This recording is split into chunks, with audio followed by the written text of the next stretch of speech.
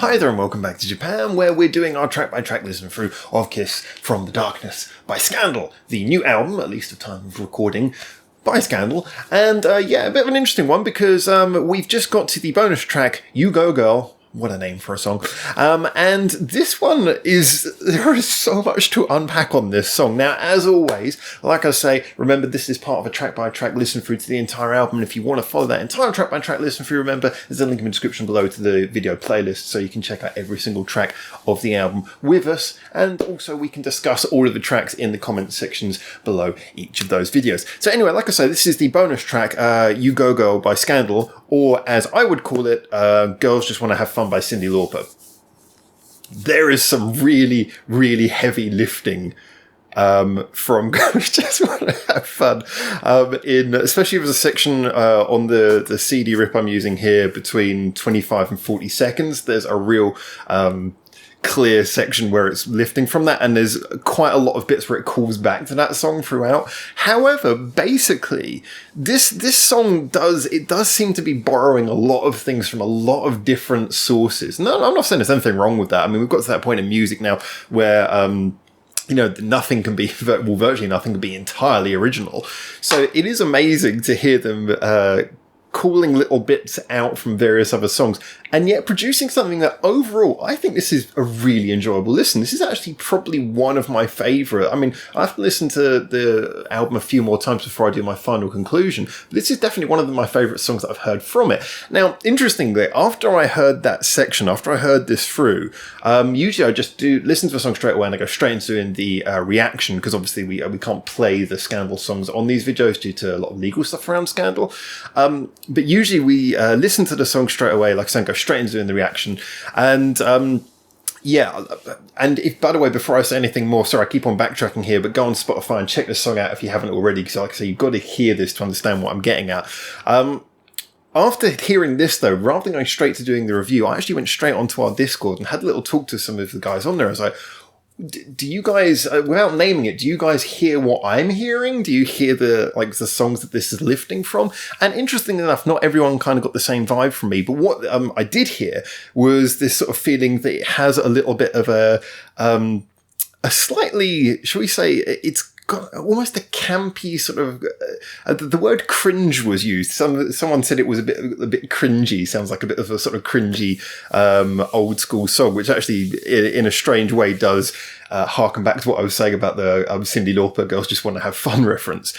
However, we were also saying that it kind of balances that thing between being, is it cringy in a, oh, that's bad way, or cringy in a, that's kind of good in a campy way? And I think it's that second one. It's kind of fun. It's enjoyable. It puts a smile on your face. When I was hearing that bit where I was just going, crikey, this is Cyndi Lauper, I was kind of smiling. I wasn't going, oh, this is a rip. I was saying, this is kind of fun the way they've done that. Because, for example, in that section, which is kind of, I think, really the main riff of the song, you hear that, and it is so heavily lifting, like the chord pattern, the guitar line, the little high-end guitar line in the side.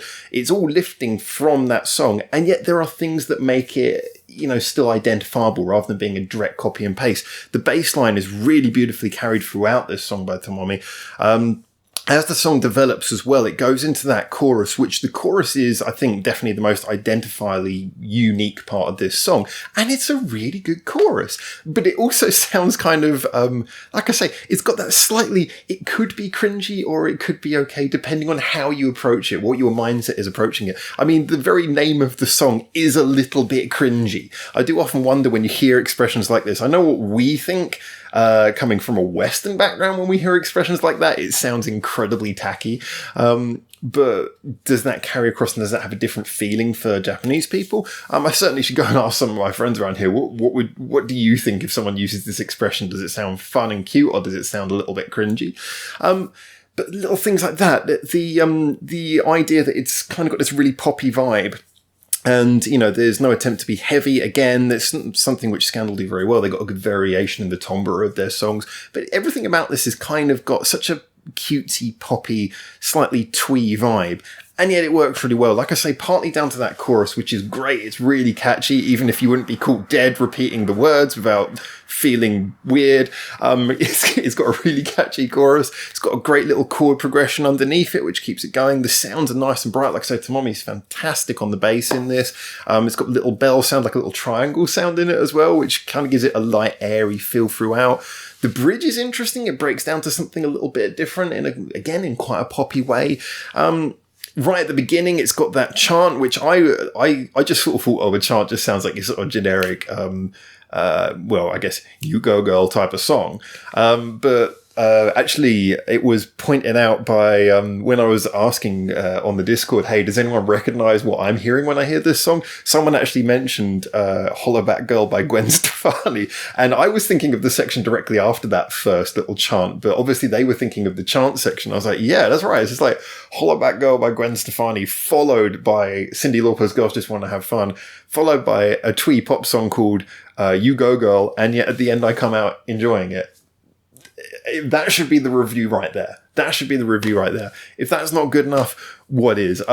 It just it kind of works in all the wrong ways. But if you're open-minded and if you just go in and want to enjoy a song, it's got musical quality there. There's enough musical quality underneath the surface. Like I say, good chord patterns, nice little harmonic bit. I mean, the bit that it rips from the Cyndi Lauper song is actually one of the most identifiably enjoyable parts, because there's this wonderful balance between the chord line and the little sort of harmonic thing. Well, not guitar harmonic, but the guitar's playing a harmony to that. That's one of the identifiable bits, that riff, because it's interesting. It sounds quite full.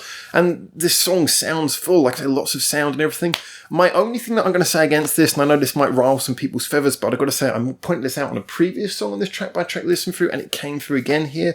I'm not going to be critical of people using vocal effects, because it is a totally legitimate choice. If you want to do that, that's absolutely fine. Like I say, probably my favourite song from this album, Saisho Hei Kimi, uses really heavy vocal effects, and I just kind of think it works on that. I could take it or leave it, but I certainly wouldn't be against it. I'm not against the way they've done that song. So I'm not against vocal effects in essence. And when we did the poll on our community page about what people think about auto-tune and vocal effects, I was really surprised, considering the number of like real rock heads we have following this channel, that actually more than half of you guys said that you didn't really care. It's a totally legitimate thing that people can do. And there was about 30% were sitting on the fence. So the vast majority were not strictly against vocal effects. However, I've got to be honest, for me in this, I've been wondering whether they've been using a vocal effect that's been stripping some of the vibrato, some of the character from the voices, trying to make the voices more pinpoint. It's not just a pitch thing. Your voice when you make a voice sound. Let me give you an example. So, for example, you guys probably have seen one of these things before, an automaton. That's what it's called, isn't it? Automaton. Yeah. So when I do this, you'll hear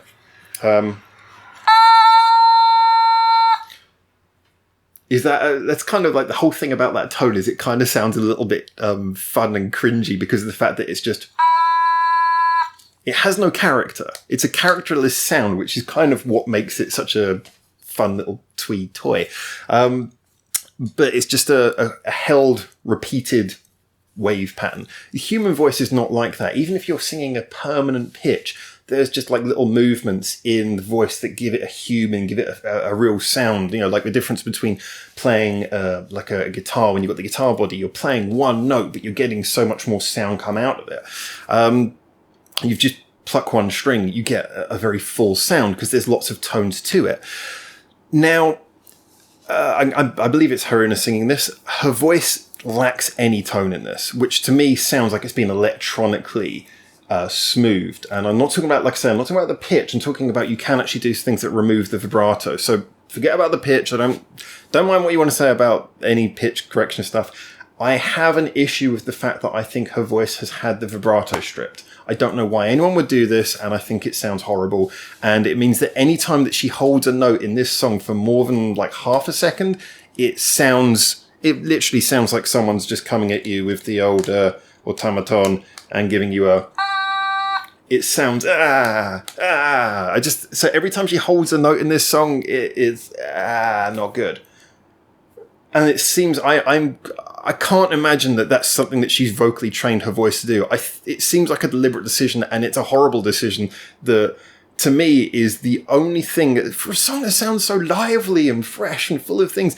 I don't know why anyone's done this, and it kills me to hear that every time. And it is true, actually. I mean, when you hear a song over and over again, you can maybe tune these things out. But I must admit, on my first listen to this, I was really enjoying it. Actually, I'll be completely honest with you. This is the only one I did actually listen to it twice. I listened to it again after I went on my Discord, because I was on there for about half an hour. I just wanted to refresh my mind before I came into doing the review. But the 2 listens, that was the one thing, the first time certainly, but second time as well a bit. Every time it came round, I was like, this is for a song where everything sounds so interesting and nice and well, all the sounds sound so well picked, all the sounds sound so well picked, all the tones sound well picked. This is the one thing that sounds really horrible. So, I don't know what's going on there. I don't know why they're doing this with her voice. Like I say, I'm okay with most things. You can pitch correct, you can use all kinds of effects and things, but stripping the human tone from the voice is really weird. It's not even like a vocoder effect where you're kind of taking out the humanity and adding kind of an interesting electronic tone to it. This is just like her voice has been stripped of any vibrato. So, yeah, that was the only real downside in this song to me. So, yes. It evokes memories, very clear, slightly ripped memories of other songs, which to me is probably why they put this as a bonus track and didn't want to put it in a position where they could be claimed to have been profiting directly off of potentially ripping off other people's music.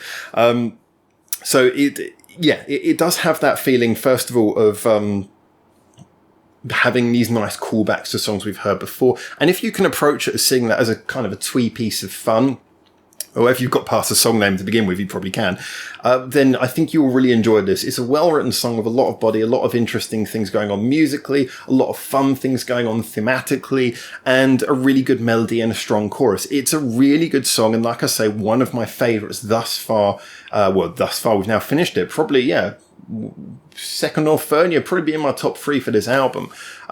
Really like it. Might not necessarily be the first thing that as a rock fan or a traditional Scandal fan you might aim towards, but I do think it's a really great song, and I think it deserves to be listened to and given a little bit more time and interest than maybe the presentation would make you think. However, like I say, I think the only thing that brings it down is the vocal effect they're using for Helena just sounds, and I'm pretty sure now that someone's actually stripping the vibrato electronically. It's horrible. Like I say, every time a voice comes on, you might as well just replace her with one of these. And that's such a shame because she's got a really nice voice. Why would you electronically take someone who's a nice singer and turn their voice into this? Why would you do that? Why would you do that? I don't know.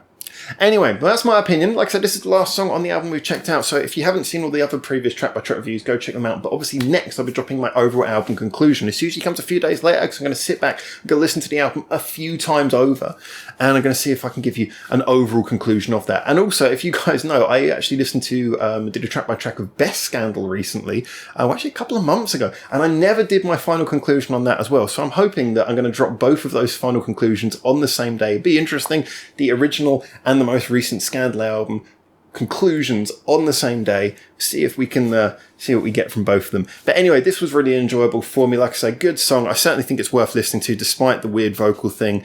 And get in there, give me your comments. Did you notice those callbacks? Did you notice those references to other songs? Did you notice the interesting, maybe opposite vocal effect? Tell me what you thought about this. Have you heard it? Maybe you got the version didn't have the bonus track. I feel bad for people who don't get to hear this because it's an interesting addition to the album.